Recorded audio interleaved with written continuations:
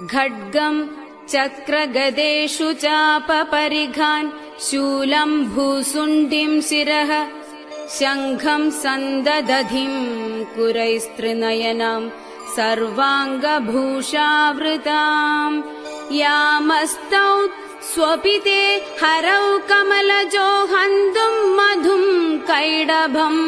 नीलाश्मद्युतिमास्य पाददशकाम् सेवे महाकालिकाम् सद्यश्चिन्नशिर कृपाणमभयम् हस्तैर्वरम् बिभ्रतिम् घोरास्याम् शिरसाम् स्रजासुरुचिरामुन्मुक्तकेशावलिम्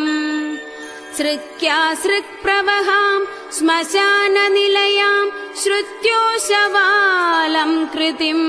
श्यामाङ्गीम् कृतमेखलाम्